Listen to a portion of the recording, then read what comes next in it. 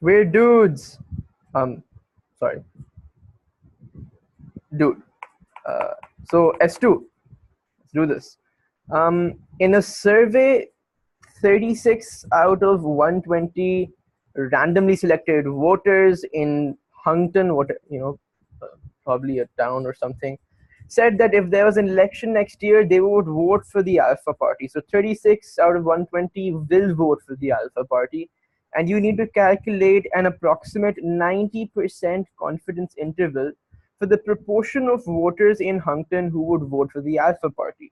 So the proportion of the sample that will vote is 36 upon 120. The proportion that would not vote, which I can denote by Q, which is basically 1 minus the proportion that will vote. So that's 84 upon 120. So basically, if 36 will vote, that leaves the rest of the 84 that will not vote. And you need to calculate a 90% confidence interval. So pretty straightforward. You just input it into the formula. What happens though if you can't remember the formula? Because like I really struggle with remembering different formulas. So what I do, I have the formula down for your normal confidence interval. You have this, right? Well, sigma square upon rho 10. So the idea is it's mean plus minus your z value, and you have your variance sigma square upon n, and you're just trying to get a standard deviation by putting a root. So if you have your MF9 table handy, well, not here, yeah, you can see, whoops, yeah, being slightly misbehaving a bit. Yeah, so you can see here your mean is basically your probability of sample, and your variance is p into 1 minus p, can be denoted as q. So pq upon n. So well, if you know the formula, all well and good. If you don't, but you remember the normal formula, you could just input it using that particular trick. Well, not really a trick, but you could use the MF9 table, since the MF9 table told you that mean here is the probability or the proportion. You have your z value, and the variance here was pq upon n. So if you remember one formula, you can just use it for the second one. No need to remember two. Okay, so you just input it, put it in. So confidence interval, this is 36 upon 120 is p, plus minus, what is your z value? 90% confidence interval. So understand what this means. It's 90% in the middle, okay? This is 90%, which leaves 5% for this and 5% for this, since it all has to add up to 100, right? Hence, or the probability also below or behind this particular z value should be 95, and that's what you're going to look for in your normal distribution table. Not 90 but 95, because again, your normal distribution table tells you the probability, like for the complete probability below a particular z value. It can't really stop here. So for your z value, you flip to this normal distribution table, which I believe, well, I don't think I have it open. Let me open it. Yeah, here it is. And you're going to be looking for, again, 95. So 0.95, and the z value for that is 1.645, right? So you just input 1.645. I don't know why I changed to a different color.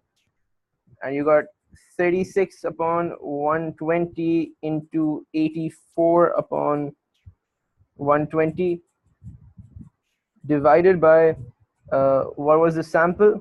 That was 120, right? And total number is 120. And with this, you should get your confidence interval. So let's calculate. And that's what you get, 231 to 0.369. Please do remember, in math you always round off non-exact values to three significant figures, not less, not more, unless otherwise specified in the question. If you have, well, if you have an angle and it's given in degrees, then normally you can round it off to one decimal place, but otherwise just go for three significant figures.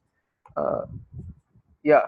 So Kareem, oh nice, has noted the lifespans in weeks of a large random sample of certain insects.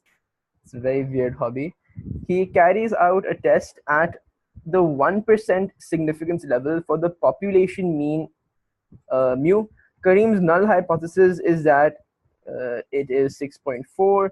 Given that Kareem's test is two-tail, so the idea is when it's two-tail, so when it's one-tail, it's normally on one end of the spectrum. So a one-tail test would be either the null hypothesis is that mean is greater than 6.4 or it is less than 6.4.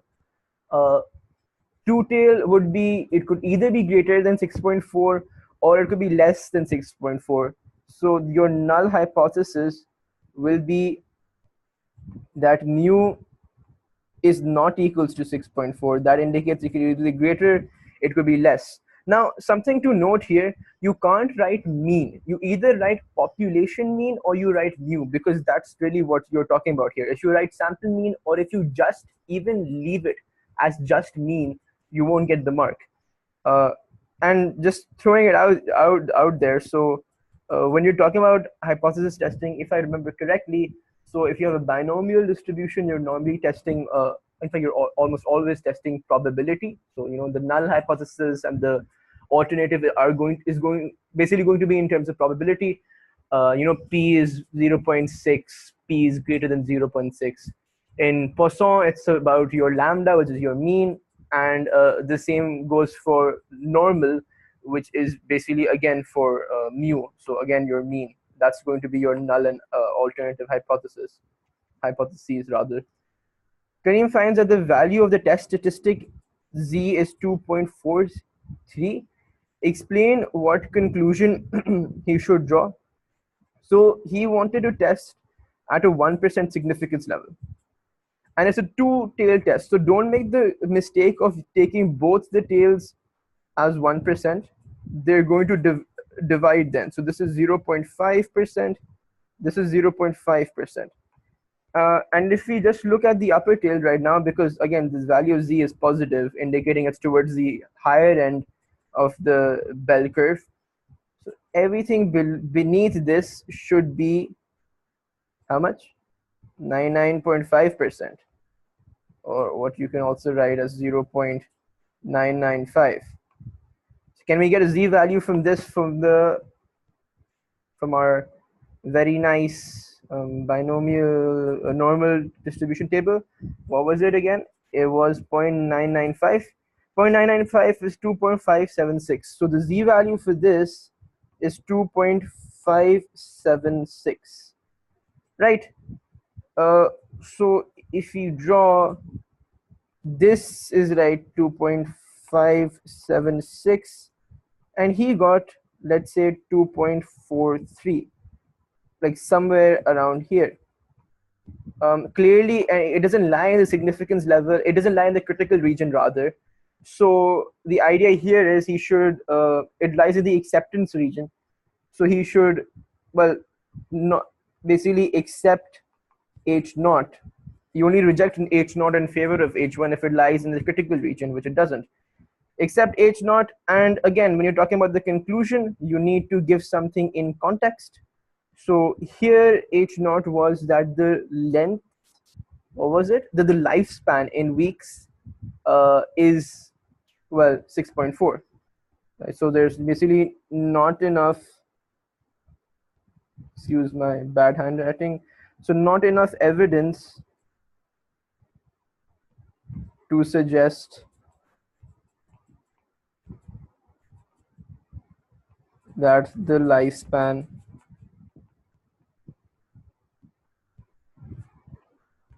is not 6.4. So understand with hypothesis testing, the idea here isn't just that if we accept h naught, we're saying 100, okay, definitely h naught is correct. We're just saying there's not enough evidence to say that h naught is wrong, and hence we'll just accept it and go on with it. So that's the idea. And when you draw, say, a conclusion, don't just say, accept h naught and reject h1 or whatever. Give it in context. That's really important, right? So you accept h naught. Well, rather than accepting h naught, perhaps a better way to say it would be you do not reject it, because h naught is what you started off with, your null hypothesis, right? Explain briefly when a one-tailed test is appropriate rather than a two-tailed test. So the idea here is when your alternative hypothesis is that it's either something where your alternative hypothesis states that your population mean is either greater than or less than um, your h naught wala population mean. Basically, you're saying either the alternative hypothesis is stating that your population mean should be either greater than what was given in the null hypothesis, or it should be less than. It can't be both. That's the idea. Okay, let's proceed. The length in centimeters of a certain type of snake, wow, is modeled by a random variable x with mean. Okay, so let's write x here.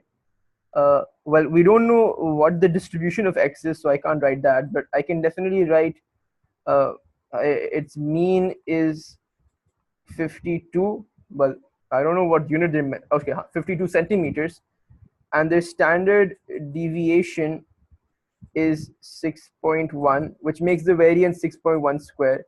I don't know if it's normal or whatever, so I can't really specify. A random sample of 75 snakes is selected, and sample mean is found. Find the probability that your sample mean is less than 53 but greater than 51. So we aren't sure what the distribution of the population length is. So you of basically x.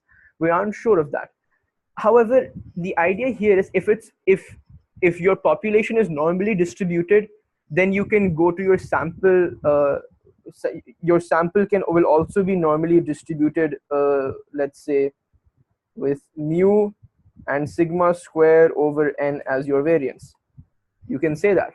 However, we don't know if our population is normally distributed. What saves us here is your central limit theorem, which states that if n is large, I believe when n is greater than 30, which it is here, it's 75, even if your population distribution is not a normal distribution, in this case we don't know, but even if it wasn't a normal distribution, you can still call the distribution of the sample to be a normal distribution following this. That's what your CLT states, and maybe they'll ask it in the next part. Yeah, they asked it in the next part. So anyhow, so just going to convert this into the distribution of this x bar.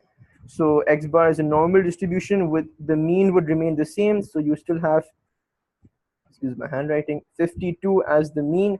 For you have 6.1 square over 75 as your variance, and you need to find out the probability that it's less than 53 and greater than 51. Again, don't worry too much whether it's less than or less than equals to. This is normally distributed. It's a continuous variable. It doesn't really matter if it's less than or less than equals to. So the idea here is you have mean 52. This is 53. This is 51. You need to find out this probability, which you can pretty much do from just straight from your calculator. I'll just write down what you're supposed to do. Say, so you will first find the probability that this is less than 53.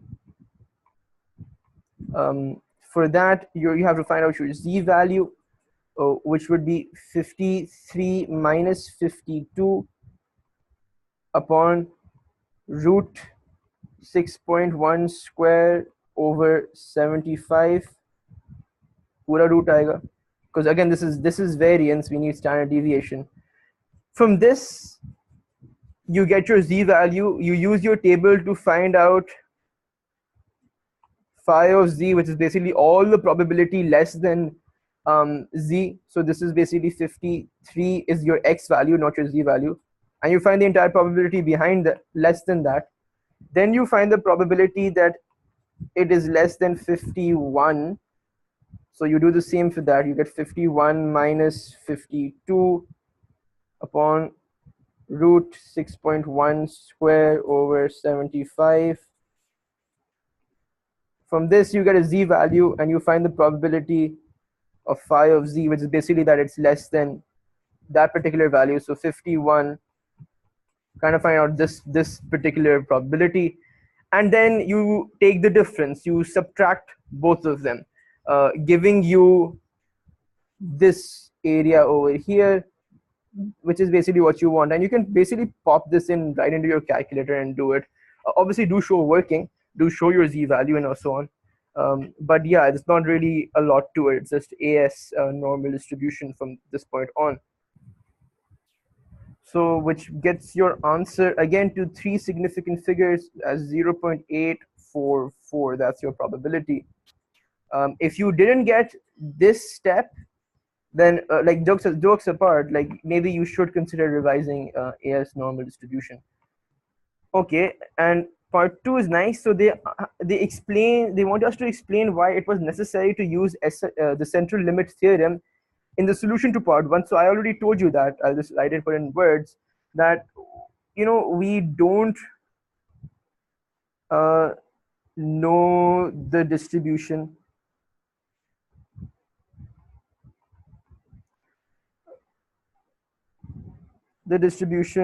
of the population,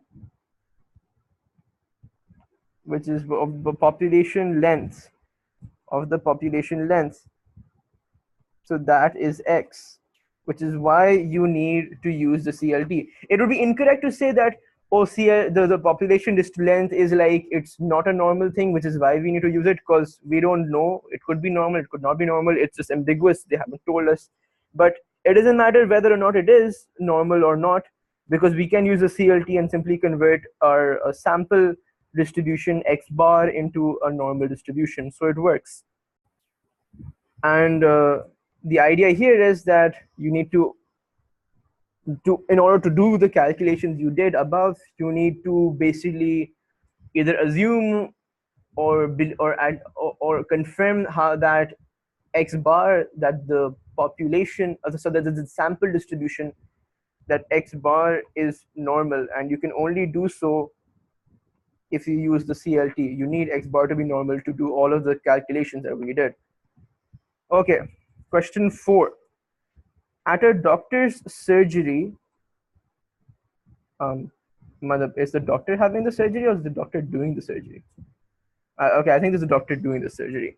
That looks fine. Okay, so at a doctor's surgery, the number of missed appointments per day, again, per day, and it's the number of missed appointments, has a Poisson distribution.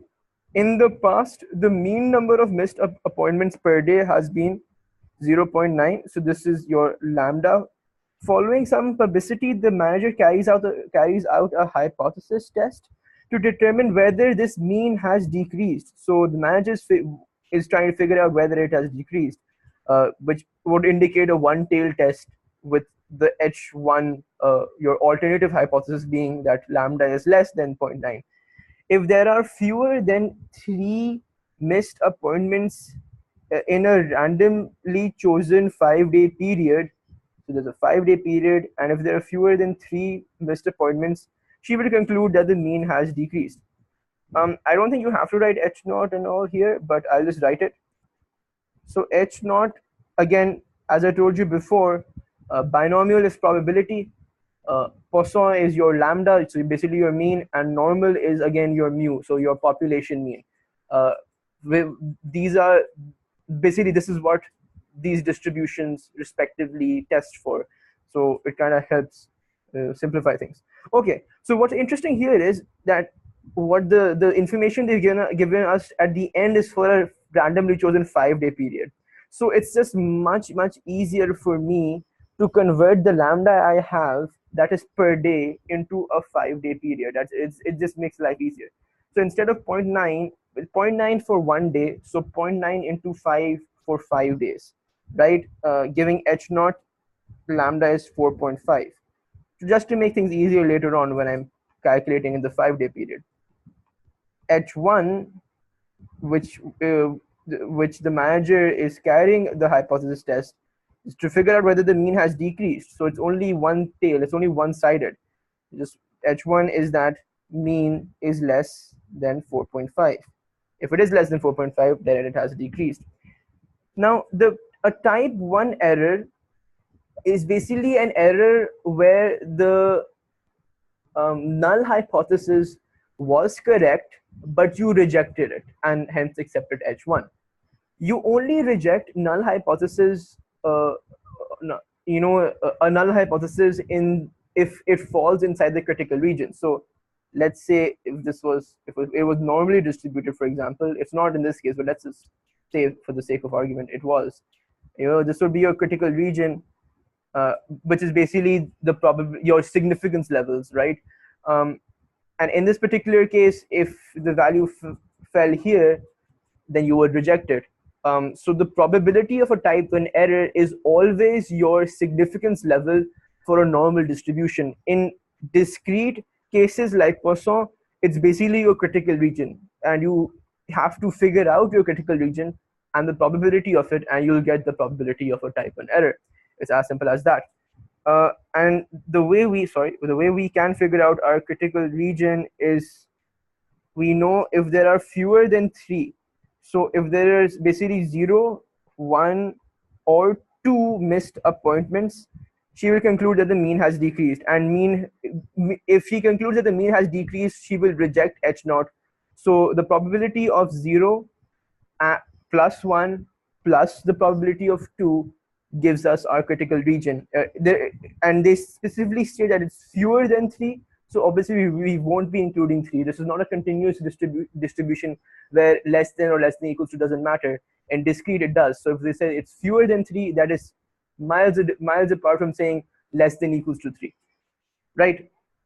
So the probability for this would be 0 plus 1 plus 2. So if you just look at the formula, which is e power minus lambda upon x. So x power lambda upon lambda factorial. But you don't need to remember it, man. Like just make your life easy. Pick it up from the MF9 table. It's fine, right? So I can take e power minus lambda, which is lambda is 4.5. I can take this as common amongst all. If I'm going to put 0 into this, I'm going to get 1. If I'm going to put 1 into this, I'll get 4.5. Oh, whoops! I think I wrote the formula wrong over here. Yeah. Sorry. It happens. Formulas nahi yaad rehte, which is why you have your MF9. So yeah, it's lambda power x upon x factorial. And if you don't remember it again, you can just check from here if you're bad at formulas like I am. Right, so if you put a lambda raised to power 1 is still going to be lambda divided by 1 factorial is just going to give you the lambda, which is 4.5. Again, I've taken e to be common, and you need 2, so this is 4.5 square upon 2. Now this should give you, if you solve for this, where you basically figured out the probability of getting 0, of getting 1, and getting 2, you summed it up, and this should give you the probability of the critical region, which is basically going to be your effective significance level, and it's also going to be your probability of a type 1 error. So you just pop that into your formula. sorry, into your calculator. Okay, so I'm getting 0.1735, and again I'll round this off to three significant figures, giving me 0.174. State what is meant by a type 1 error in this context. Again, context is very important, and that's what a lot of people don't give. So a type 1 error is when you reject h naught and hence accept h1 even though h naught was correct. So here it would be, accepting or believe or deducing or concluding with the fact that I don't know if a comma is required here, accepting that mean, what was the mean for that, the mean number of missed appointments, the mean number of missed appointments, excuse the spelling, has decreased. If I accept that the mean number of missed appointments has decreased, I'm basically accepting our h1, which is the same thing as saying rejecting h naught. Okay, so you basically accept h1 even though they haven't uh, decreased. They're still same. The mean is still the same. H1 h naught is correct, in fact, but you rejected it. That's the type 1 error. Okay, so type 2 is a little more interesting. So find the probability of a type 2 error if the mean number of missed appointments per day is 0.2. So for type 2, they will always give you क्या कहते हैं, the real mean number, and then will ask you to figure it out. So you can, it's very easy to remember type 1 and type 2. Type 2 is if you reject h naught even though h naught was correct, and probability of and a type 2 so that was type 1, and a type 2 error would be, so where a type 2 error is where you accept h naught even though it was right. So it's kind of like like the opposite of type 1. Type 1 is h naught सही था, आपने reject कर दिया. Type 2 is h naught गलत था लेकिन आपने accept कर दिया. So that's the issue. So basically, whoops. Here you need to think to yourself, when will you accept h naught, right? You accept h naught when it doesn't fall in the critical region, when it's outside the critical region, that means when it's in the acceptance region. When will it be in the acceptance region? We saw above that you reject it if it's less than 3, right? So you reject it if it's 0, 1, 2. So this is your critical region. No, this is not what you want. You want to know when will you accept it. So you'll accept it when it's 3, 4, 5, blah, blah, blah, blah, blah. It's Poisson, so it can go on to infinity, right? And you need to calculate the probability that you will accept it. And it's as simple as that. The only thing tricky here is that you now know the actual mean number of missed appointments per day. So you'll use that mean rather than using your h naught wala mean, because your h naught wala mean was something that you were testing to begin with. Now you know the real mean, so you're going to use that. And so lambda here, this is per day, and before, just for convenience sake, we were using it in 5 days. So we'll do the same here. 0.2 into 5 is 1. And you need to figure out the probability that basically the probability that x is greater than equals to 3, which is the same as saying, this is the same as saying 1 minus probability that x is less than equals to 2, which basically includes 2, 1, 0. So 1 minus, I can take common here. So you got this. For 0, it would be 1. For 1, I believe it will also be 1. For 2, it should be 1 square, which should still be 1 upon 2 factorial, that should make it half. And if you calculate this, it should give you the probability of your type 2 error which is where you'll accept h naught even though h naught is incorrect. And again, you're doing this calculation with the knowledge that the actual mean number of missed appointments per day is 0.2 or per 5 days is 1. And you get this value. It's basically your probability of type 2 error to 3 significant figures. In case you're thinking that I sound tired or a little disoriented, well, it's because I am tired and really disoriented at the moment. But the video must go on. Okay, so you have 3 functions, okay, and that those curves and straight lines are given above. And the function f1 is a probability density function. Okay, state the value of k. So you know for a fact that in a probability density function, the area under the line or the curve, the line in this case, should be equals to 1. What's the area here? Area is, half into base. Base is -1 to 1, so that makes it 2 into height. They should be equals to 1. And h height is basically your k value, right? So cardia k is equals to 1. As simple as that. For each of the functions f2 and f3, state why it cannot be a probability density function. All right. So for f3, it's simple, because f3 goes into the negative axis, goes into negative axis, and probability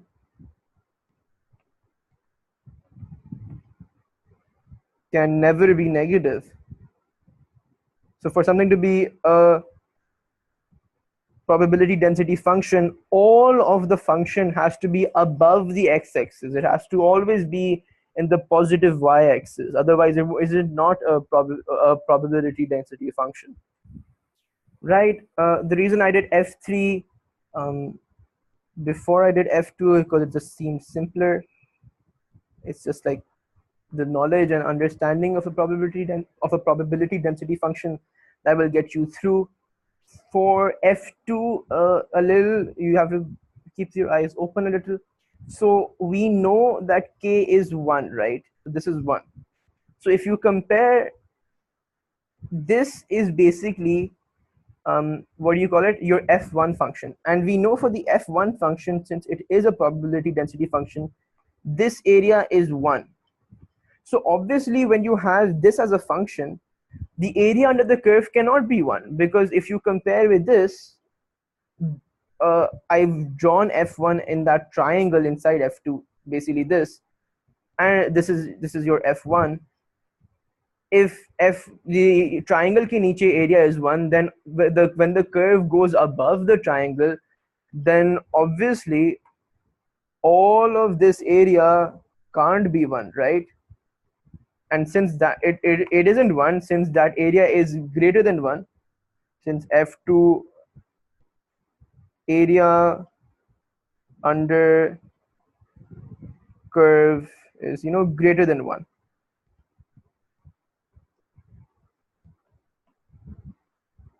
and that's problematic, because for a probability density function, lol pdf, area under the curve or the line has to be equals to 1. If that doesn't happen, it's not a probability density function, because the area under the curve or the line indicates probability, and probability can always has to be, total probability always has to be equals to 1.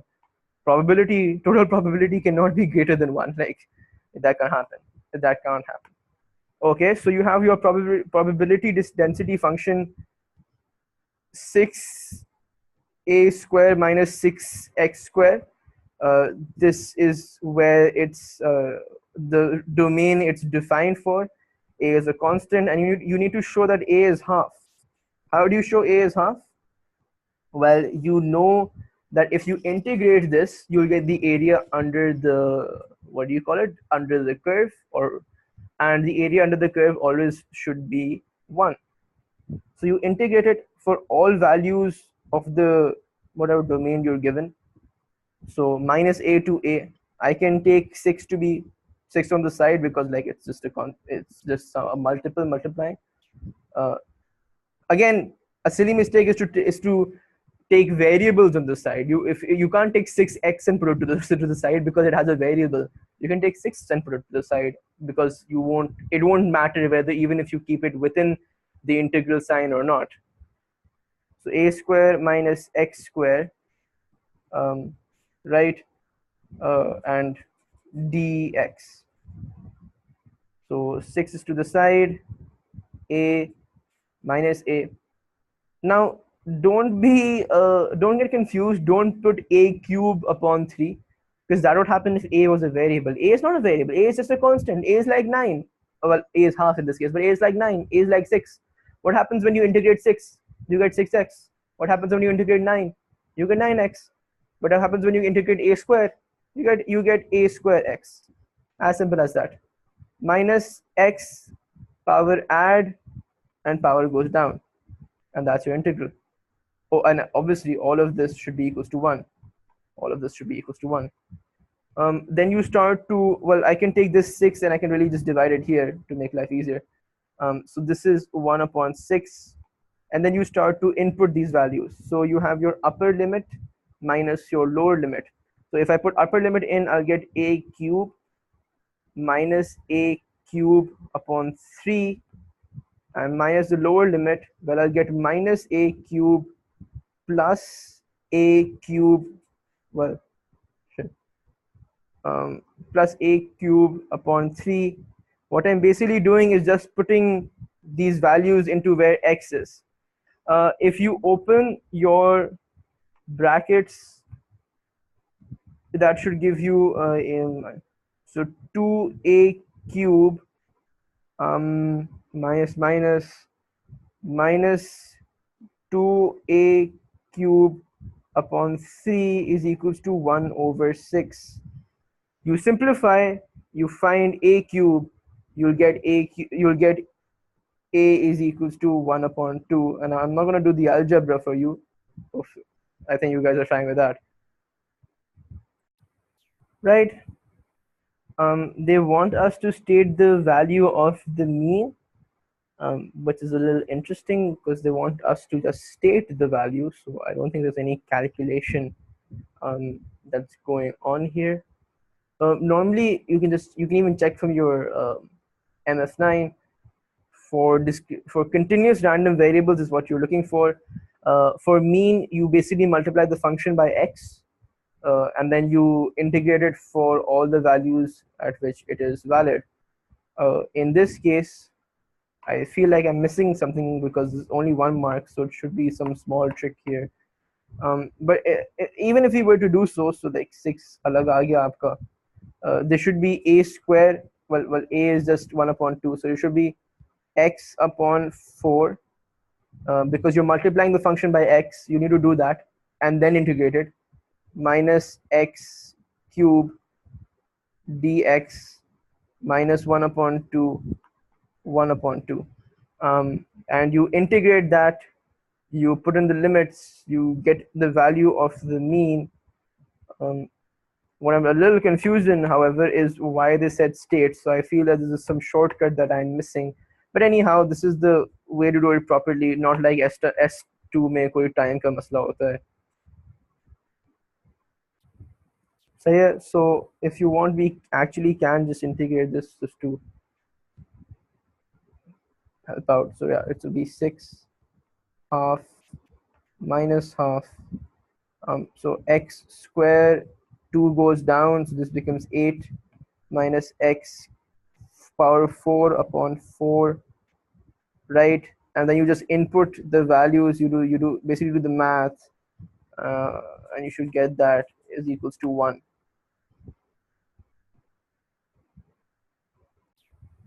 Sorry, not 1 in fact. You get 0. So do the math. Be careful of your calculator. So yeah, so that's how you get mean. And the reason why it was a little easy to calculate is because your limits were half and minus half, and dono jagah the power on x is an even number, x square and x power 4, meaning whether you put half or whether you put x is equals to minus half, कोई फर्क नहीं पड़ेगा. So since you're going to do upper limit minus lower limit, upper and lower limit दोनों same होंगे, तो दोनों cut जाएंगे, zero हो जाएगा. So you get this is equals to, well, equals to 0. You find variance, and again, the beauty here is you can just pick it from your MS9 formula. What is variance? Continue. Don't look at DRV, look at CRV definitely. So here you need to integrate x square. So you multiply x square with the function.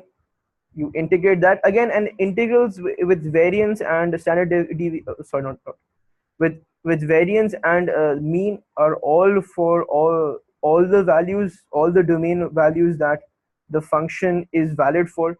So in this case, from minus a to a, you don't hold back. Well, obviously this bit would just be 0 because the mean is 0. So what happens when you multiply x square into the function?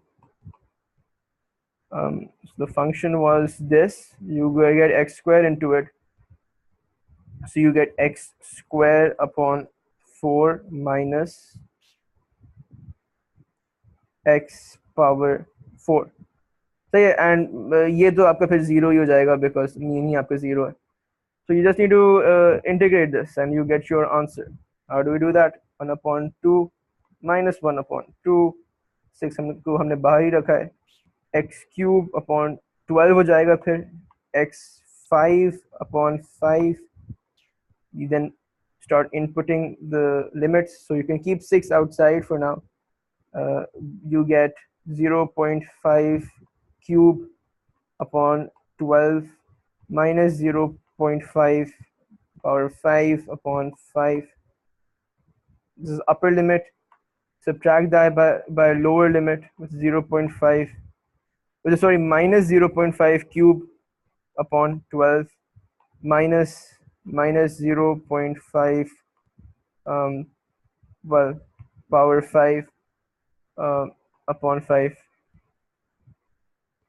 Well, not a, you need another bracket here. So you simplify the brackets from inside, you then multiply by 6, and you should get the value for your variance. And let me just put this into the calculator. And you're getting the exact value of 0.05. That is your variance. Very good. How much is left? So basically 2 questions left. That's okay, we can do this. Well, or I can do this and you guys can watch, like okay. The quicker we do this, the quicker I can go to sleep. Question 6. The masses in kilograms of cartons of sugar and cartons of flour have the distributions. Okay, so they're normally distributed and you're given their mean and variance. So this is sugar, this is flour. The standard load for a certain crane is 8 cartons of sugar and 3 cartons of flour. The maximum load that can be carried safely by the crane is 900 kilojoules. Stating a necessary assumption, find the percentage of standard loads that will exceed the maximum safe load. Okay, stating the maximum. Sahi. So here we'll have to recall a concept that we studied about linear combination of variables. So idea here is that you have 8 cartons of sugar, so 8s plus 3 cartons of flour, 3f. Be a little careful here. I've written 8s, but I don't mean 8 times. I don't mean the some weight is 8 times the weight of sugar. If I was to do so, then that would be multiplication. Here, but what I mean by 8s is just s1 plus s2 plus s3. But I mean, you just have 8 particular values of sugar that you're all adding, and that's important when you come to variance, because here when you're adding, variance would just be 8 into, well, your variance. If you're multiplying, which we're not here, if it was something like well, the carton of this blah blah blah is 8 times the weight of sugar, of a pack of sugar. Then you do 8 square into variance. So that's the difference. We're doing this. We're adding, because it's just basically 8 different cartons of sugar. You just have to add them, and 3 cartons of flour. The maximum load that it can be carried is 900. Stating a necessary assumption, find the percentage of load that will exceed. So this has to exceed 900, which makes you 8s plus 3f minus 900 has to be greater than 0. Again, I'm just writing 8s and 3f for my convenience. In reality, they're 8 cartons of sugar all adding. So let's call this distribution z. So normal distribution, and you need to find out its mean and its क्या कहते हैं, its variance. So for mean is very simple. So mean is just 8 into the mean of sugar, which is 78.8 plus what do you call it, 3 into the mean of flour, which is 62, minus 900 should give you the mean. The variance is a little trickier, so you have to first have the awareness that you're adding 8 different cartons of sugar and 3 different cartons of flour, which would make it 8 into variance rather than 8 square into variance. So that's something important here. That's one thing important. Let's write that first. So 8 into 70, not 78. 8 into 12.6 square. And at times they just give you the standard deviation, and a lot of people just start applying these rules to it, which is problematic because, well, these formulas aren't for standard deviation, they're for variance. They're strictly for variance. And remember, with variance, because it's the, or standard deviation, because it's the deviation, it's the variation, you could add or subtract any particular constant. It doesn't really matter. It doesn't add to the variance. It adds to mean, or in this case, it subtracts from mean. But minus 900 will have no effect on variance, because पूरी चीज फिर minus 900 हो जाएगी ना, तो फिर the variation from the mean will still remain the same. So that's the idea. You simplify this and you get your distribution, your normal distribution of z, which is basically this particular distribution that I've just written over here. So yeah, so you get such a mean and variation and variance. I don't want you to round it off just yet. I just want you to round it off to 3 SF, to 3 significant figures in your final answer. Because if you round it off too early, if you round it off at every step of the calculation process, then you will just miss out and your answer will be inaccurate. Which is why I've given it to how many decimal places I was getting in my calculator. So, and we need to find the probability that this is going to be greater than 0. Again, this is the normal distribution curve. If you look like this is like minus 83.6 in your x value, at least somewhere here would be 0, and this is basically, this is the area you want to calculate. To do so, it's just you can use the property of the symmetrical property of the bell curve, and what you can do, you can find the area behind this particular value and subtract it by 1.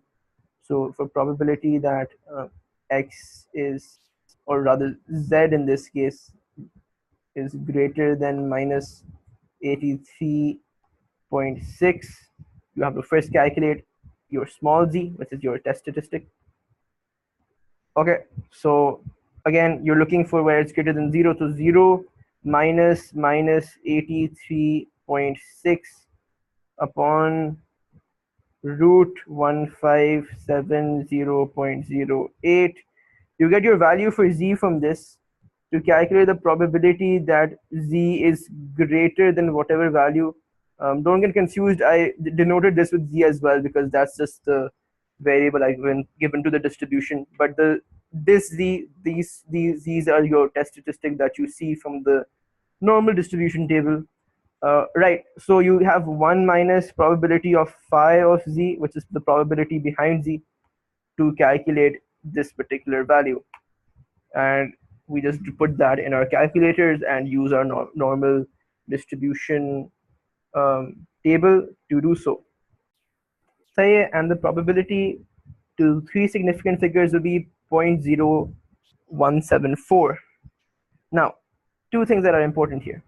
First of all, they've specifically said that they want a percentage of standard, of standard loans. So you'll just multiply this into 100, giving you a value of 1.74%, right?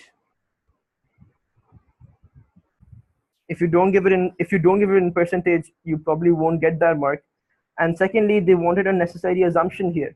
Now, don't be that rata guy that just writes central limit theorem or something linked to that in everywhere they ask for an assumption. You can't say we'll assume that the cartons of sugar and flour have a normal distribution, because they've told you they have a normal distribution. So you need an assumption that that they haven't told you, but it is necessary for your calculation. And in this case, that could be how the load for the cranes are, like they're independent of each other. Like the load for one crane of a particular crane doesn't affect of a particular carton would be a better way to say it. So एक डब्बे का वजन is not dependent on someone else. It's not like चलो ये डब्बा भारी हुआ तो next वाला डब्बा भी भारी होगा. It's a random sample of dabbas basically, so a random sample of cartons.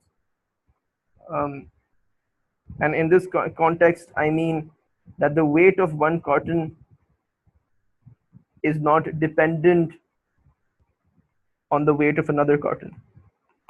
That's what I mean by that. Find the probability that a randomly chosen carton of sugar has a smaller mass than a randomly chosen carton of flour. So they said that randomly chosen carton of sugar ka mass is less than the carton of flour. So S minus F has to be less than 0. And let's take this and denote X minus F by a new distribution, that is X. For X, it's a normal distribution, obviously, since S and F are normal distributions, and you need mean and variance. Mean you just subtract. So you take what is S? 78.8. You take 78.8 and you subtract कितना था ये F का 62. You'll get your mean from that. For variance, well, thankfully you don't have to do any multiplication bakwas here, so no way you can get confused in that. There is one thing that you could get confused in, is the sign to use. I know it's a subtraction, but variances always add, because deviation, if you're using two different things, then the deviation from, let's say, or the variation from your mean just increases. It would never decrease. Just especially if you're using two different distributions, then there is the variation from one distribution and the variation for another distribution. Anyhow, you don't need to know the logic. You just need to know that the variances are always going to add.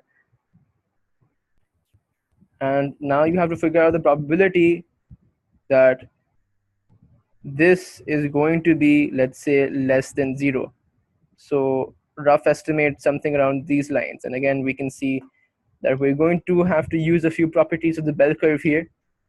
So like if this is minus Z, whatever value we'll be getting, the symmetrical property will give us Z here, and this area A will be equal to this area A. So if we get Z, we'll get minus Z, but what we can do, we can just take that as a positive Z, get the area behind it and subtract by 1. That's what we're going to do. We'll get Z from 0 minus 16.8 upon root 258.76. So which will get you a Z value of, let me calculate, of minus 1.044. Again, if you didn't get it the first time, I'll draw it again. This is your minus z value, your z value with a negative sign. This is your positive z value. Basically, that is 1.044 rather than minus 1.044. Admittedly, you want this area, but since due to the symmetrical property, these areas would all be the same. You can't use negative test statistics in your distribution table. They just don't have it. So you'll use the positive one. You'll use plus 1.044. That will give you the probability of all of this behind it, and you'll just do 1 minus. So your probability would be 1 minus probability of phi of your positive z. And you just look at it from the distribution table. You plug that in, and you get 0.14823 significant figures. And we approach the last question.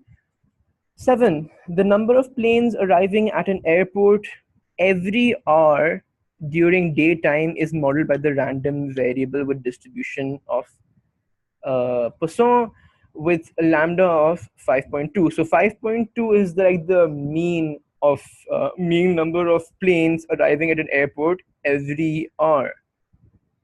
State 2 assumptions required for the Poisson model to be valid in this context. So I used to remember it by RIPS. So these events they occur randomly. They occur independently.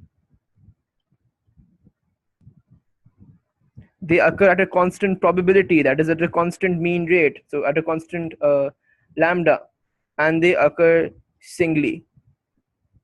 You can write either two. So just remember RIPS. Find the probability that the number of planes arriving in a 15-minute period is greater than 1 and less than 4. So again, they want a 15-minute period. We have lambda 5.2 for every hour. That is 60 minutes, right? So if you divide 60 by, let's say, 4, you get 15. So hence, to convert your lambda into per 15 minutes, you'll just divide 5.4 by 5.2 by 4. So for a 15-minute period, your lambda, instead of being 5.2, it would be 1.3. Again, I'm repeating, 1 hour is 60 minutes, divide by 4 gives you 15 minutes. And if it's 5.2 mean for 60 minutes, you divide that by 4 to get 1.3 for a 15-minute time period. The probability is greater than 1 and less than 4. Which greater than, again, this is discrete, right? So greater than 1 is 2, 3, excuse my handwriting, and it's less than 4. It's not less than equals to, it's just less than. So you just need to find out the probability that it's 2 and 3. And probability, I can take e to be constant, minus 1.3. Probability of 2 will be 1.3 square upon 2, 1.3 cube upon 6, because it's 3 factorial, so that's 3 into 2. And you just put this into your calculator and you get the probability. And hence you get probability is 0.330. And understand, I was getting a very long value, 0.33008 or something. So I can't simply, if I'm rounding it off to 3 significant figures, I can't simply write 0.33. I have to write 0.330. The 0 is important because because they wanted in 3 significant figures, so that 0 adds to the 3rd significant figure which you need to show. And the significance of it is that it just shows that, okay, the next figure is going to be a 0. So it do show non-exact values to 3SF. Just always do that. Okay, find the probability that more than 3 planes will arrive in a 40-minute period. The issue is we do not have the lambda for a 40-minute period. We had 5.2 lambda for a 60-minute period. We have x lambda for a 40-minute period. If we cross multiply, there should be 40 into 5.2 upon 60, giving us our new lambda for the 40-minute period to be 40 into 5.2 by 60, around about 3.5. It's a non-exact value, so I'll keep that particular value in my calculator just to ensure I get a more exact answer, a more accurate answer when I calculate. More than 3 planes, again with Poisson, it's just gonna, more than 3 planes means 4, 5, all the way to infinity. So we can't calculate that much. What we can calculate, you calculate 1 minus, 0, 1, 2, 3. Because more than 3 planes means 4, 5 onwards. So it's basically 1 minus 0, 1, 2, 3.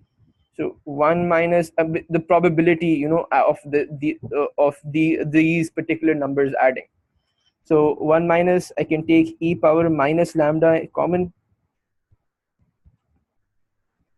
0 तो 1 ही हो जाएगा, plus 1 तो 3.5 ही हो जाएगा. This would be 3.5 square upon 2. This would be 3.5 cube upon 3 factorial, which is 6. You put this in, plug it into your formula, and you will get your plug it into your calculator. I don't know what's happened to me today, and you'll get your answer. And you get 0.456. Again, I'm repeating this point because a lot of people do make this mistake. When I write lambda is 3.5, I didn't get an exact value. I got 3.46666, lots of those things, right? So I've written 3.5 here for just to show my working, but I keep that non-exact value in my calculator. So instead of 1 plus 3.5 plus 3.5 square upon 2, I'll just put 1 plus answer square upon 2 plus answer cube upon 6. Otherwise, this particular value won't be what it needs to be, because this wasn't 3.5, this was 3.4 something. Okay, so the airport has enough staff to deal with maximum of 60 planes during a 10-hour day. Use a suitable approximation to find the probability that on a randomly chosen 10-hour day, staff will be able to deal with all the planes that land. Okay, so we have lambda for 1 hour, I believe, was 5.2. Every hour it was 5.2. For 10 hours, that would just become 52. Okay. When lambda is large, I believe when lambda is greater than 15, you can approximate this to normal. And the idea here, you're going from something that is discrete to something that is continuous. And hopefully you all remember we have to add our continuity correction. So yeah. So whenever you approximate, n is just lambda. So n, the mean is 52. The variance is also 52. That's the idea. I think, do we have this given in our form? Well, we don't have it given in the MF9. I guess you just will have to remember that. It has enough staff to deal with a maximum of 60 planes. And we need to find the probability that on a randomly chosen 10-hour day, the staff will be able to deal with all the planes that land. So the idea here was that x in discrete terms was less than equals to 60. Because ज़्यादा से ज़्यादा 60 planes कर सकते हैं, and we want to find the probability that they can cater to all planes. So you have to find the probability that the number of planes is greater than equals to 60. However, you have to add CC, your continuity correction. And a lot of people go into very weird ways to figure out continuity correction. They have these weird rules. I mean, just use logic, right? You don't have to remember anything then. Yeah, discrete mein, what does less than equals to 60 mean? It means 60, 59, 58, and so on. So I just want to, I either have to add 0.5, that's how I remember it. I either have to add 0.5 or I either have to subtract 0.5 in such a way that this integer series remains unchanged. In this case, I would add 0.5. Why is that? And this is a jugaad basically I'm telling you guys. So because if it's 60.5, all the integers less than equals to 60.5 are still 60, 59, 58, 57, and so on. If I subtracted 0.5, that wouldn't happen, because then that would give me 59.5. And then I wouldn't get all the integers, because less than equals to 59.5 would give me 59, 58, and so on. It would miss out 60. So that's how I remember continuity correction. However, if you somehow remember all of those rules, I guess that could work as well. Anyhow, but this is your particular value. you have 52, you have 60.5, and you need to find that this is less than 60.5, giving you this. So you simply get your test statistic and you put that into your normal, and you figure out the probability from your normal distribution table upon root 52. You get your z value, and your probability would just be phi of, well, by phi of z I mean just like all the probability below it. So you get your z value, you find the probability of phi of z, and that should be your final answer. Let me calculate. And you get this. And with that, our paper comes to an end. I hope this was helpful. Sorry if I seemed a little sleepy. Do baj rahe hain. I am a little sleepy. Okay, that's it from my end.